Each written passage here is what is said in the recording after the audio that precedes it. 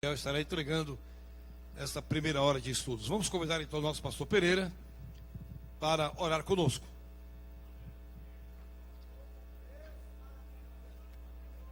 Oremos, irmãos. Senhor, nosso Deus e nosso Pai, graças te damos pela bênção que nos concede na tarde deste dia, nos reunindo aqui nesta casa de oração, na tua presença, para que juntos aprendamos a maneira melhor de te servir. Dai-nos, Senhor, nesta oportunidade, a alegria de ouvir juntos a tua palavra. Te pedimos uma bênção para o teu servo, pastor Eliel, que estará ministrando em teu nome a palavra para nós. Abençoa a cada servo teu que aqui chegou, a cada família que aqui se representa na tarde desse dia. Abençoa nós, aos nossos familiares, aonde for que eles se encontrem, alcançam com a tua mão protetora e ajudadora.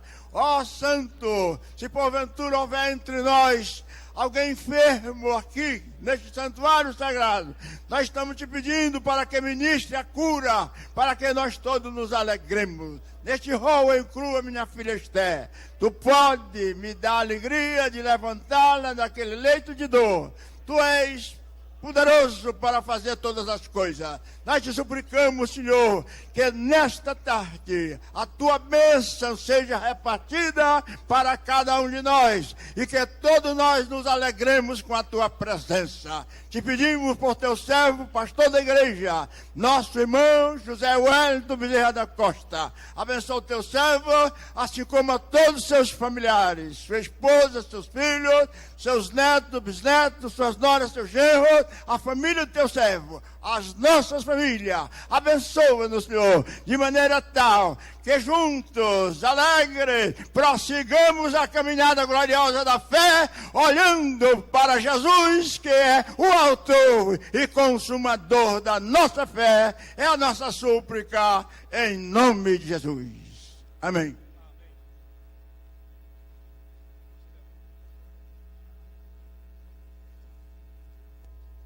Estimados irmãos, os cumprimento com a paz do Senhor.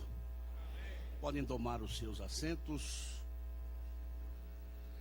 Eu estou muito feliz, muito alegre nesta tarde, neste dia, pelo privilégio de, após 6 anos que estamos servindo a Deus lá na outra América, na América do Norte, em Los Angeles, poder voltar à nossa casa, à nossa igreja, para participar de uma reunião seleta e importante como esta que estamos participando. Devo inicialmente agradecer o apoio do pastor José Wellington Bezerra da Costa, pastor José Wellington Costa Júnior, também do pastor Joel Freire Costa, que é o nosso superintendente na América, a maneira com que tem nos ajudado, nos assistido como missionário naquelas terras. E com muita saudade, desde a primeira hora de hoje, estamos desfrutando de mensagens significativas na instrumentalidade do pastor Elienay Cabral, do pastor Joel Freire Costa. O nosso tempo na América tem sido de desafios, mormente nestes 2 a 3 últimos anos, como bem expressou o nosso pastor Joel pela manhã, momentos de crise econômica, mas em tudo Deus tem estendido a sua mão sobre nós. Não nos tem faltado apoio, colaboração, ajuda e assistência no ministério onde servimos, extensão desta igreja na cidade de Los Angeles. Antes que venha ler um texto bíblico e trazer uma rápida reflexão nesta tarde, eu não poderia deixar de vos dizer que Deus tem poupado a nossa vida para que hoje, nesse dia, estivéssemos aqui. Há 1 ano e 1 mês atrás, nós fomos submetidos a uma cirurgia de hérnia umbilical que resultou em grandes complicações de insuficiência respiratória, anemia profunda, onde tomamos 5 galões de sangue, e apneia.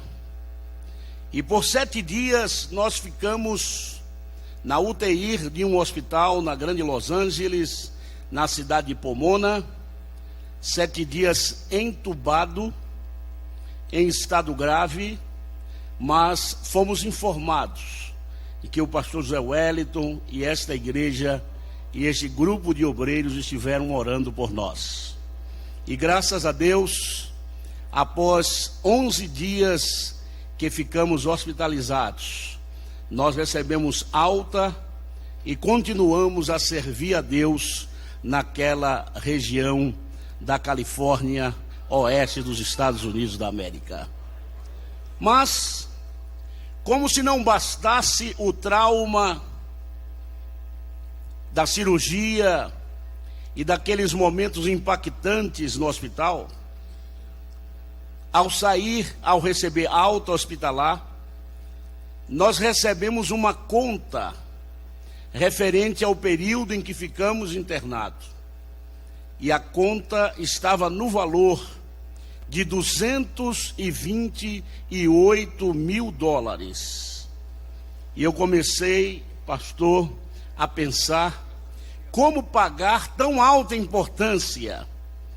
E Deus nos inspirou que fizéssemos um ofício dirigido à direção do hospital, falando da nossa condição de imigrante.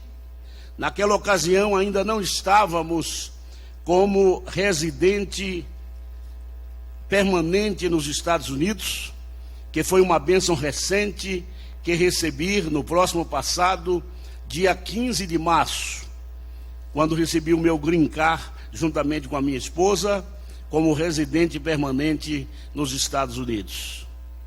O trauma da conta hospitalar. E enviei o ofício à direção do hospital, dizendo que eu não me negava a pagar aquele valor, porém só poderia fazê-lo através de um parcelamento de $50 semanais, $200 por mês. O que significa dizer que talvez em 200 anos eu estaria pagando aquele valor. Mas o nosso Deus, quando Ele nos chama, nos escolhe, nos vocaciona, Ele é o Deus que garante a bênção em nossa vida. Passaram-se 40 dias, voltei ao departamento financeiro do hospital, e a gente, quando chega na América, irmãos, pensa que vai aprender o inglês logo. Agora, com facilidade, a gente começa a perder o português e não aprende o inglês. E aí levei a minha filha, que fala inglês, e ela conversando com a chefe da repartição financeira, a senhora nos informou que as entidades sociais e os empresários de Los Angeles viram a nossa conta e resolveram quitar e pagar toda a importância referente à nossa internação. Vale a pena servir a Deus, vale a pena obedecer e estar no centro da vontade de Deus. Glória a Deus. 6 anos passaram, um desejo tremendo. Eu podia assistir pela TV AD Belém, pela internet, as escolas bíblicas, esses doutos pregadores que aqui Deus tem usado, mas com aquele desejo de estar aqui pessoalmente. Mas eu orava, Deus vai me abençoar, a sorte também vai chegar para mim. quando dei entrada dos documentos iniciais de R1, que é chamado religioso, eu não consegui o religioso, não consegui nenhum tipo de processo de imigração para poder, com status, ficar nos Estados Unidos. Mas eu tinha certeza de quem me enviou para aquele lugar, que Deus abriria as portas. E no dia 27 de dezembro, recente, 2009, nós demos entrada do nosso Green Card. E 15 dias depois, já recebia da imigração a autorização para os documentos. E finalmente, dia 15 de março, com a entrevista, uma agente da imigração disse: seja bem-vindo aos Estados Unidos, o senhor passa a ser residente permanente. Agora eu estou um pouco gringo, né? Mesmo sertanejo do Agreste Baiano, Deus nos privilegiou. Mas o maior privilégio é poder estar aqui esta tarde, juntamente com os irmãos, para abraçá-los, para cumprimentá-los e dizer desta alegria, deste momento de comunhão que nós sentimos. E hoje pela manhã já foi possível experimentar o que Deus tem feito através de seus líderes, de seus servos, através do pastor Elienay Cabral e através do pastor Joel Freire Costa. Bem, vamos para a palavra de Deus. Eu quero vos trazer uma palavra que ela não é dirigida propriamente à liderança, à administração eclesiástica, mas é uma reflexão que tem por título: quando vem e quando passa a tempestade. Abram suas Bíblias no livro de Atos, capítulo 27, versículos de número 18 a 20, quando o escritor deste abençoado livro histórico do Novo Testamento assim descreveu. Atos capítulo 27, versículos 18 a 20. Andando nós, agitados por uma veemente tempestade, no dia seguinte aliviaram o navio, e ao terceiro dia, nós mesmos, com as próprias mãos, lançamos ao mar a armação do navio. E não aparecendo, havia já muitos dias, nem sol, nem estrelas, e caindo sobre nós uma não tão pequena tempestade, fugiu-nos toda a esperança de nos salvarmos. Quando vem e quando passa a tempestade? Nos Estados Unidos, nós experimentamos sempre tormentas, ciclones, tornados, tempestades. Enfrentamos temporais que, na verdade, nos impressiona bastante. Por exemplo, em Los Angeles, entre os terremotos ali frequentes, nós experimentamos 4 grandes terremotos naquela cidade. E às vezes nós não compreendemos qual a razão, qual o motivo de uma tempestade. E eu quero trazer nesta rápida reflexão a importância da tempestade para as nossas vidas. Vivemos num período em que se fala muito em vitória, em triunfo. Existem muitos pregadores ufanistas. Temos que falar em vitória, sim, pois somos mais do que vencedores. Porém, temos que lembrar que as tempestades, elas fazem parte, ou elas fazem parte de nossa vida do dia a dia. E temos que compreender que Deus usa muitas vezes estes fenômenos e esses estados climáticos, porque a tempestade vem exatamente para fazer crescer, a tempestade vem para reflorestar, a tempestade vem para revitalizar, a tempestade vem para trazer progressos até na área da construção civil.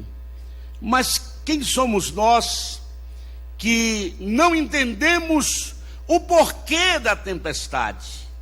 O apóstolo Paulo, quando escreveu a sua epístola aos Romanos, capítulo 8, ele disse assim: porque todas as coisas contribuem para o bem daqueles que amam a Deus e que são chamados pelo seu decreto. Deus às vezes trabalha na tormenta, Deus às vezes trabalha na tempestade, Deus às vezes nos chama a atenção para a vida através de um temporal, através de um terremoto, através de um ciclone. Isso faz parte da nossa própria vida. Experimentei os terremotos, experimentei tornados nos Estados Unidos e percebi um detalhe. Qual o detalhe? Nós queremos informar que uma tormenta, uma tempestade, um tornado não dura mais do que 2 minutos e logo se passa aquela ocorrência natural. Significa dizer, meu irmão, meu prezado obreiro, que talvez esteja experimentando um temporal, uma tempestade na sua vida, no seu ministério, esta tempestade vai passar. Ela vem, mas rapidamente vai passar a tempestade. E precisamos extrair lições destas adversidades, destas circunstâncias em nossa vida. A Bíblia diz em um dos salmos que a ira de Deus dura só um momento. O choro pode durar uma noite, mas a alegria vem pela manhã. A certeza de que Deus nos dará melhores dias, a certeza de que as coisas se tornarão bem. E eu preciso compreender que mesmo parecendo prejuízos, mesmo parecendo consequências, mesmo parecendo danos, estes prejuízos, esses danos, estas consequências vão contribuir para lucros na nossa vida cristã e na nossa vida ministerial. No texto de Atos capítulo 27, a partir dos primeiros versículos, diz o versículo 4, que partindo dali, fomos navegando abaixo de Chipre, porque os ventos eram contrários. O obreiro não trabalha só quando o vento lhe é favorável. O obreiro trabalha especialmente, ele é especializado para trabalhar quando os ventos lhe são contrários. Eu quero dizer a você que você tem consistência, que você tem resistência. Você foi construído por Deus como aquele navio lá na engenharia naval. Quando o engenheiro, o arquiteto projeta, coloca em perspectiva ali o navio, ele já sabe que aquele navio passará por grandes temporais, por grandes tempestades. Assim foi você, assim sou eu. Deus nos construiu como navios para os grandes atlânticos e pacíficos oceanos da vida. Nós estaremos preparados para atravessar todo e qualquer temporal, toda e qualquer tormenta, porque Deus está conosco. Os ventos estão parecendo contrários, Lembre-se que quando a aeronave pousa no aeroporto, lá tem um instrumento chamado biruta, e parece um coador. Aquele instrumento mostra a direção do vento. A aeronave nunca pousa a favor do vento, sempre contrário aos ventos. Assim é o obreiro, contrário aos ventos. Mas eu tenho certeza que você que está aqui esta tarde, meu caro líder, meu caro obreiro, Deus lhe dará resistência, força, condições para enfrentar e vencer toda e qualquer tormenta, todo e qualquer vendaval da vida. Ventos contrários. Veja o que diz o versículo de número 7. E como por muitos dias navegássemos vagarosamente, havendo chegado apenas defronte de Sinido, não nos permitindo o vento. Temos que compreender isto. Não nos permitindo o vento ir mais adiante, navegamos abaixo de Creta, junto de Salmona. Às vezes, o vento não nos permite ir mais adiante, mas mantenha a tranquilidade, mantenha a serenidade, mantenha a calma, seja resignado, aceite os transtornos. Parece que a tempestade vai destruir tudo, mas não vai destruir tudo, porque Deus tem projeto, Deus tem plano, Deus tem sonho, Deus tem promessa com a sua vida. Portanto, administre a tempestade, procure entender por que o vento está sendo forte, não nos permitindo o vento de ir, mas Deus sabe a melhor hora, o melhor momento para a sua vida. Prosseguindo, Atos capítulo 27, versículo 14, diz assim: mas não muito depois, parecia tão longa a situação de Paulo naquele navio, naquele naufrágio, mas veja, e sendo não muito depois, deu um pé de vento. É sempre vento, sempre tempestade, sempre algo que se levanta contra nós.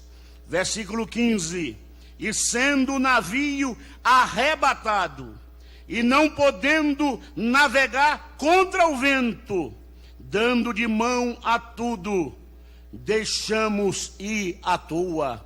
Ou seja, o navio passou a ficar à deriva, o navio ficou sem direção, sem timoneiro, mas ali estava Paulo, o servo de Deus. Era uma tempestade, a meu ver, que era muito grande, mas o apóstolo Paulo chega a dizer: não pequena tempestade fugiu-nos toda a esperança de nos salvarmos. Não é assim que acontece conosco quando surge uma situação, quando surge um problema, quando aparece uma circunstância, parece que não há esperança, parece que não há um escape, parece que não há uma saída, mas Deus, Ele tem solução para todos os problemas.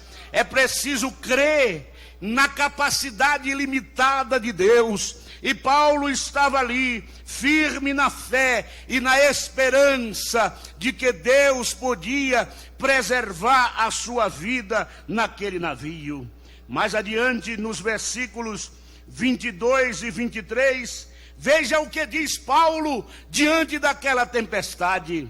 O obreiro, o servo de Deus, é aquele que não pode perder a cabeça, é aquele que não pode perder o ânimo, é aquele que não pode perder o controle da situação. A tempestade está forte, a tormenta está forte, o terremoto é grande, mas não perca a cabeça, não perca a direção, não perca o controle. Deus é que tem o controle de tudo, porque Deus é soberano, Deus é poderoso, Ele está acima de tudo, Ele é dominador, Ele domina os ventos, Ele domina a natureza, Ele domina a tempestade, Ele domina os cataclismas, e Ele está conosco. Portanto, lembre-se que Deus está com você na tempestade, que Deus está com você na circunstância, que Deus está com você na adversidade. Às vezes começamos a pensar por que Deus permitiu que Ezequiel fosse levado pelo Espírito a um vale de ossos secos. O texto do livro do profeta Ezequiel diz que o vale era de ossos secos. Além de ossos secos, acrescenta a escritura que eram sequíssimos. Isso significava dizer que não se via qualquer indício de esperança de vida.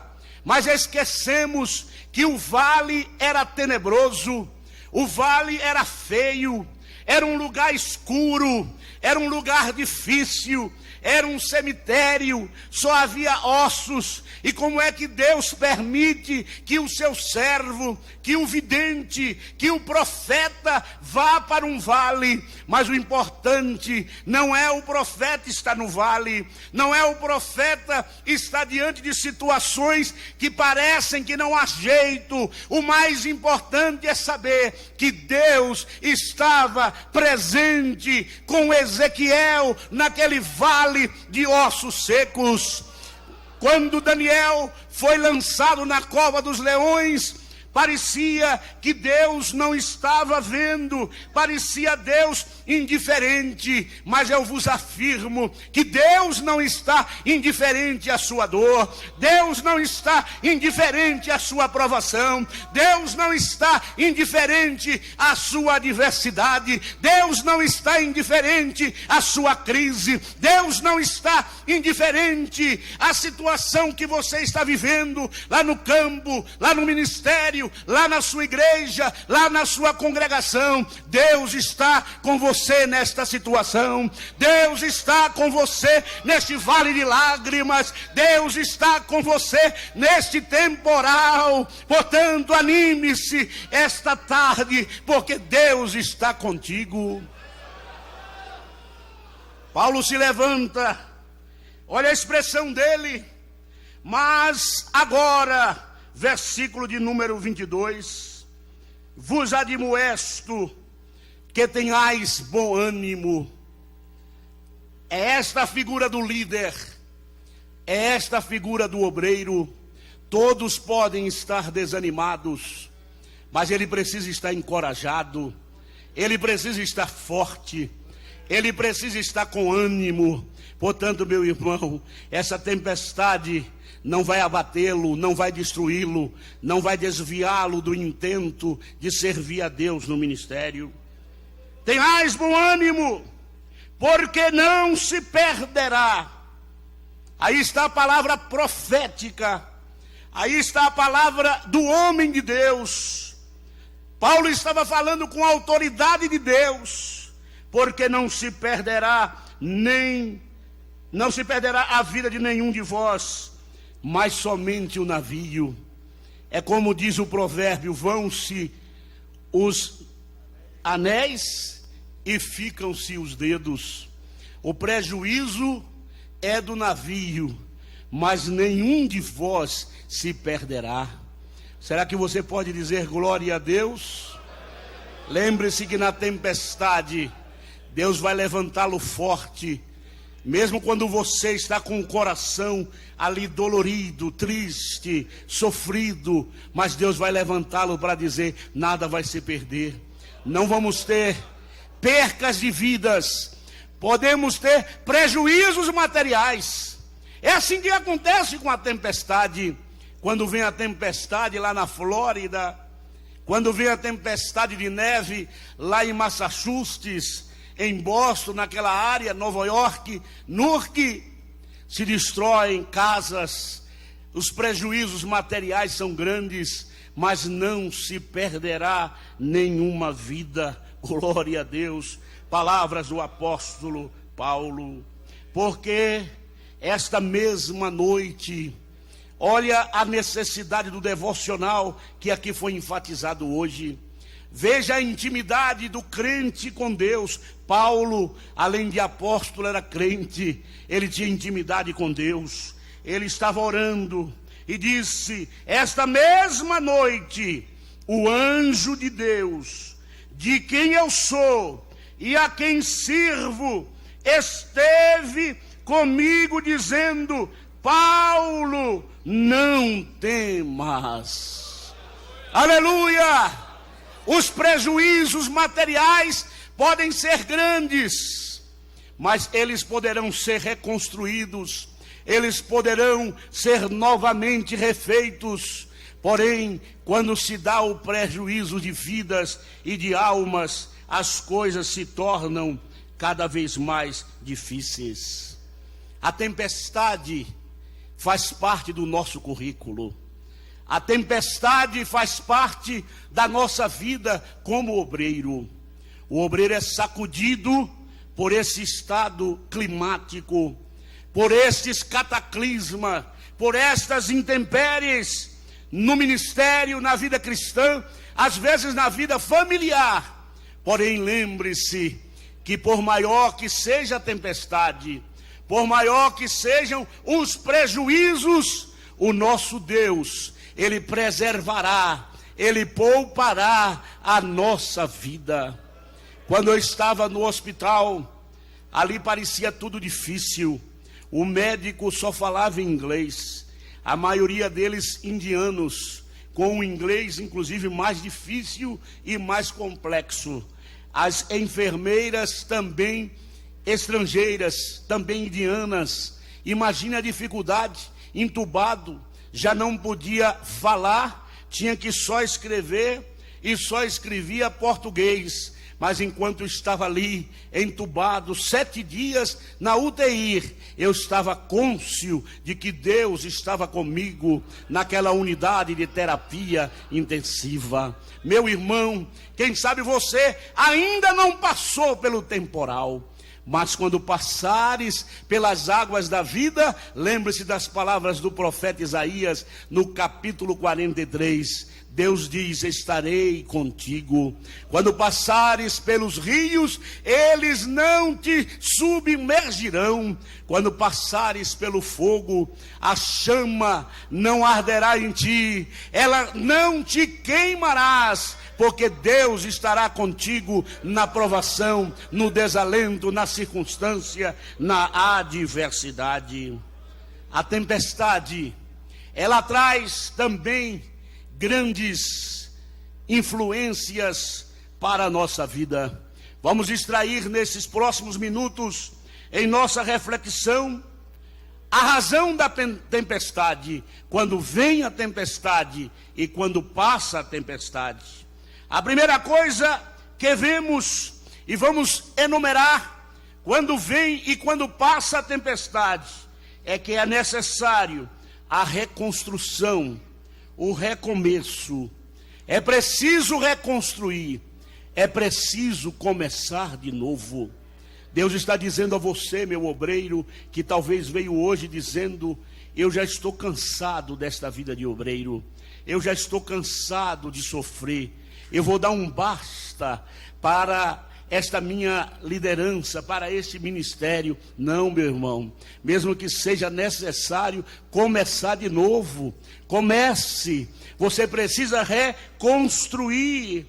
Você talvez diz: mas eu tinha uma casa e ela aparentemente estava tão bem fundamentada, ela estava num bom alicerce, parecia que esta casa era forte, mas a tempestade fez com que a casa ruísse, caísse, fosse destruída. Mas comece de novo, reconstrua de novo. Deus vai lhe dar uma casa mais nova, mais forte, com base sólida, com paredes, com condições de suportar os ventos violentos. Este recomeço, você vai assentar tijolos, sim, de experiências, novas experiências, aliadas ao cimento da sabedoria. Você vai ressurgir melhor, você vai ressurgir maior, você vai ressurgir mais forte do que antes.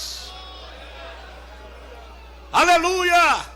Esta tempestade não o destruirá. Pelo contrário, você vai contabilizar uma nova experiência no seu ministério, na sua vida.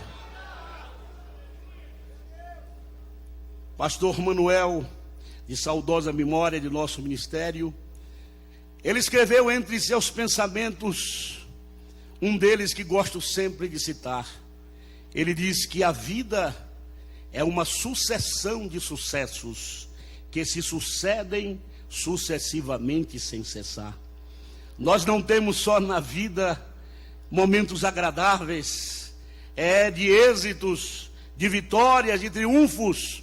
Na vida nós temos momentos difíceis, momentos em que parece que o céu se tornou de bronze, que as coisas ficaram totalmente contra nós. Não, meu irmão, é Deus usando o seu método, é Deus usando a sua estratégia, porque Deus trabalha como Ele quer, Ele usa os métodos que Ele quer. Ele sabe o tipo de material que Ele está investindo em você, e quer investir forte, porque os ventos serão violentos, mas não destruirá o seu ministério, não destruirá a sua vida. Você se levantará mais forte para servir a Deus. Primeira lição da tempestade: reconstruir, recomeçar. Mas existe uma segunda lição. Esta lição também é imprescindível, é insubstituível quando vem a tempestade. Eu vejo lá na América do Norte, quando surgem os ciclones, os tornados, começam a surgir o que nós chamamos de beleza da tempestade. Como beleza, pastor Eliel? Sim, porque a tempestade amolece os corações. E quando os corações são amolecidos, as pessoas se tornam cada vez mais incapazes e veem a necessidade de solidariedade. Então a lição que gera da tempestade é que precisamos de comunhão, de fraternidade. Ó, meu irmão, meu caro obreiro ouvinte, nesta tarde, você não pode viver isolado, você não pode viver solitário. A tempestade faz com que você gere comunhão. Se estamos esta tarde aqui, é porque queremos comunhão, um ombro amigo, uma mão amiga. Precisamos de fraternidade. Fraternidade como Davi e Jonatas. Davi que estava disposto a receber a capa de Jonatas, ou vice-versa, mostrando generosidade. É preciso que em nós haja esta fraternidade, esta comunhão. Ou seja, é tempo de nos unirmos para a reconstrução. É tempo de agora mostrar compaixão para aquele que quebrou, para aquele que teve o seu imóvel destruído, a sua casa destruída. Vamos mostrar solidariedade, vamos mostrar generosidade. Às vezes pensamos que podemos ser impulsionados pela nossa força, a força pessoal. Eu costumo lembrar que quando Davi enfrentou o incircunciso, o gigante Golias, ele enfrentou primeiramente sozinho. Venceu Golias sozinho, com uma funda, com uma pedra, em nome do Senhor dos Exércitos. Porém, este Davi, quando enfrentou novamente outros gigantes, Davi agora, diz o texto, que ele se cansou. se cansou, permite Deus que Davi agora não enfrentasse aqueles gigantes sozinhos. Não seja sempre herói solitário, não. Conte com a ajuda do seu companheiro, conte com a ajuda do seu obreiro. Há alguém sempre disposto a lhe estender as mãos. Você não vai estar só. Deus levantará pessoas para ajudá-lo, para cooperar com você nesses momentos de adversidades e de circunstâncias. Você não estará sozinho. Quando o pastor Elienay enfocou a vida do profeta Elias, quando no deserto, em direção a Horebe e a caverna, parecia que Elias era exclusivo, parecia que Elias estava só, ficou somente eu, e a voz de Deus disse: não, eu ainda tenho 7.000 joelhos que não se dobraram a Baal. 7.000 joelhos significam 3.500 pessoas, não é?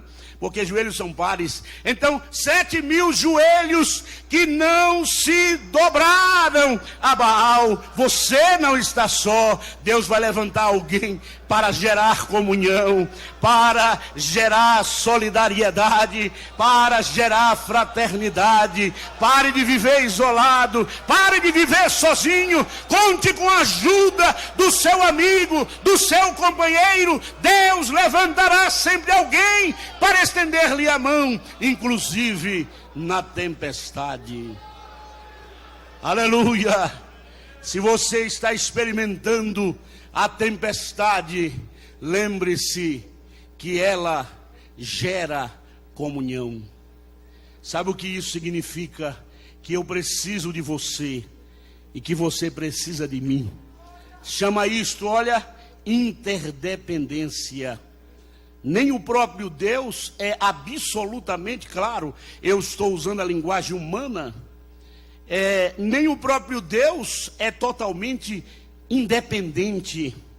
Ele usa de interdependência, ou seja, ele faz de mim e faz de você o ponto focal e o portador das bênçãos de Deus para a humanidade. Isso quer dizer, Deus não desce do céu para vir realizar a obra. A obra é realizada através de você. Olha como Deus também é interdependente. Ele também necessita do nosso trabalho, da nossa obra. E você, meu irmão, talvez trabalhando sozinho, porque o obreiro tem uma tendência a trabalhar isoladamente, especialmente aqui no Brasil. Eu estou há 6 anos fora do Brasil, mas quando aqui estávamos, nós víamos que o pastor, ele era carpinteiro, construtor, mestre de obra, ele era porteiro, ele era coletor de oferta, ele era tesoureiro, ele era o administrador da igreja.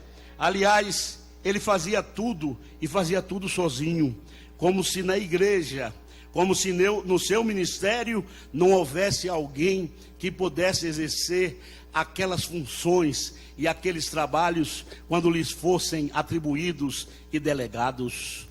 O que faz a tempestade? A tempestade nos quebranta, irmãos.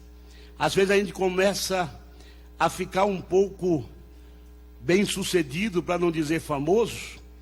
Às vezes a pessoa se torna celebridade e pensa que é dono de tudo, que é senhor de tudo, e que passa a ser exclusivo. Mas a tempestade vem e quebra, e quebranta, e ele começa a ser humilde. Ele diz: eu preciso de Deus, eu preciso de ajuda de Deus, mas eu também preciso de ajuda dos meus companheiros. Será que tem alguém que pode estender a mão para mim? E é na tempestade que gera comunhão. Precisamos uns dos outros. Precisamos uns dos outros. Um certo dia, alguns meses passados, eu resolvi, não sei por que motivo, mas Deus me motivou a telefonar para um obreiro em um determinado estado aqui no Brasil. E aquele obreiro disse: pastor, Deus usou o irmão para telefonar para mim, porque quando eu estava no auge da minha liderança, quando eu estava com toda a saúde, com toda a força, não me faltavam amigos, não faltavam pessoas que queriam ir à minha igreja para pregar, para cantar, para participar. Agora estou vitimado por um infarto ou foi um derrame cerebral e que paralisou todo o meu lado. Eu já não consigo falar mais, eu não tenho condições de falar. Ele falava com muita dificuldade comigo no telefone e ninguém se lembra de mim e ninguém fala comigo. É quando vem a tempestade. A tempestade vem, ela passa, mas ela gera comunhão, ela gera fraternidade. É exatamente isso que eu quis dizer. Existe beleza na tempestade. É exatamente perceber que com a tempestade as coisas se tornam desmoronadas, difíceis, e para o recomeço é preciso ter amor, amor no coração. Portanto, meu caro irmão, quando encontrar um obreiro em dificuldade, em circunstância, em adversidade, faça comunhão com ele, seja solidário com ele. Isto é, procure colocar o seu ombro amigo, a sua mão amiga. É melhor usarmos de fraternidade. Mas, nos encaminhando para a conclusão final desta reflexão, existe um terceiro motivo para a tempestade. A terceira coisa e lição que extraímos de quando vem e quando passa a tempestade é que, número 3, nós aprendemos e passamos a conhecer. A escola da tempestade nos traz um aprendizado. A escola da tempestade, ela exatamente nos traz conhecimento. É o que nós diríamos, saímos da teoria, saímos das informações que nos foram transmitidas como obreiros nos seminários, nas escolas bíblicas, e entramos na prática com a experiência própria. Não é mais a experiência do obreiro mais antigo, mas agora passamos a vivenciar a nossa própria experiência. Passamos agora a não ter mais uma atitude egoísta, uma ação egoísta. Nós passamos a trabalhar diferente, porque aprendemos, conhecemos, temos uma experiência, não aprendendo com os erros dos outros, com os problemas que envolveram os outros, mas através da tempestade passamos a entender que é preciso conhecer a vida em todos os seus aspectos. Portanto, amados irmãos, para concluir esta mensagem, como sempre a gente diz no final de cada mensagem, concluindo, lembre-se que na tempestade, número 1, Deus está com você. Deus nunca lhe deixou só. Você atravessou o deserto, você atravessou o ciclone, o tornado, o terremoto, a tempestade, mas você está aí vivo, você está de pé. Glória a Deus. Deus está a seu lado. Deus está dizendo: eu não te deixei, eu não te deixei, eu não te abandonei. Eu estive presente nas horas mais difíceis e mais amargas da sua vida. Eu estava ali presente. Deus está com você na tempestade. Não clame pela sorte, mas também quero lembrá-lo que você não deve reclamar por estar na tempestade. Você não deve indagar, você não deve queixar-se a Deus: por que isto comigo? Não, agradeça a Deus. Deus está com você no infortúnio, Deus está com você na angústia, Deus está com você no sofrimento. Davi teve essa experiência, e ele disse nos Salmos 23, ainda que eu andasse pelo vale e sombra da morte, não temeria mal algum, porque tu estás comigo. Você não vai morrer, você não vai sucumbir. As nuvens estão escuras, parece que o sol não voltará a brilhar. Eu quero te assegurar que amanhã vai ser melhor, no sentido profético para a sua vida. Deus vai abrir novas perspectivas para a sua vida. Deus vai descortinar novos horizontes para a sua vida. A sua vida será de bênçãos. Entenda essa tempestade, ela veio, mas ela vai passar e vai trazer grandes lições para a sua vida. Seja firme, seja constante, você tem resistência. O texto aqui diz, quando Paulo disse que nenhum se perderia, 276 almas estavam naquele navio. E ouça o texto final do capítulo 27 de Atos, que diz assim: mas o centurião, querendo salvar a Paulo, lhes estorvou esse intento e mandou que os que pudessem nadar se lançassem primeiro no mar e se salvassem em terra, e os demais, uns em tábuas e outros em coisas do navio. E assim aconteceu que todos chegaram à terra a salvo. Isso é Deus prometendo para você esta tarde: você não vai perecer, você não vai morrer, você não será destruído na sua trajetória, na sua carreira. Pelo contrário, aquilo que Deus prometeu a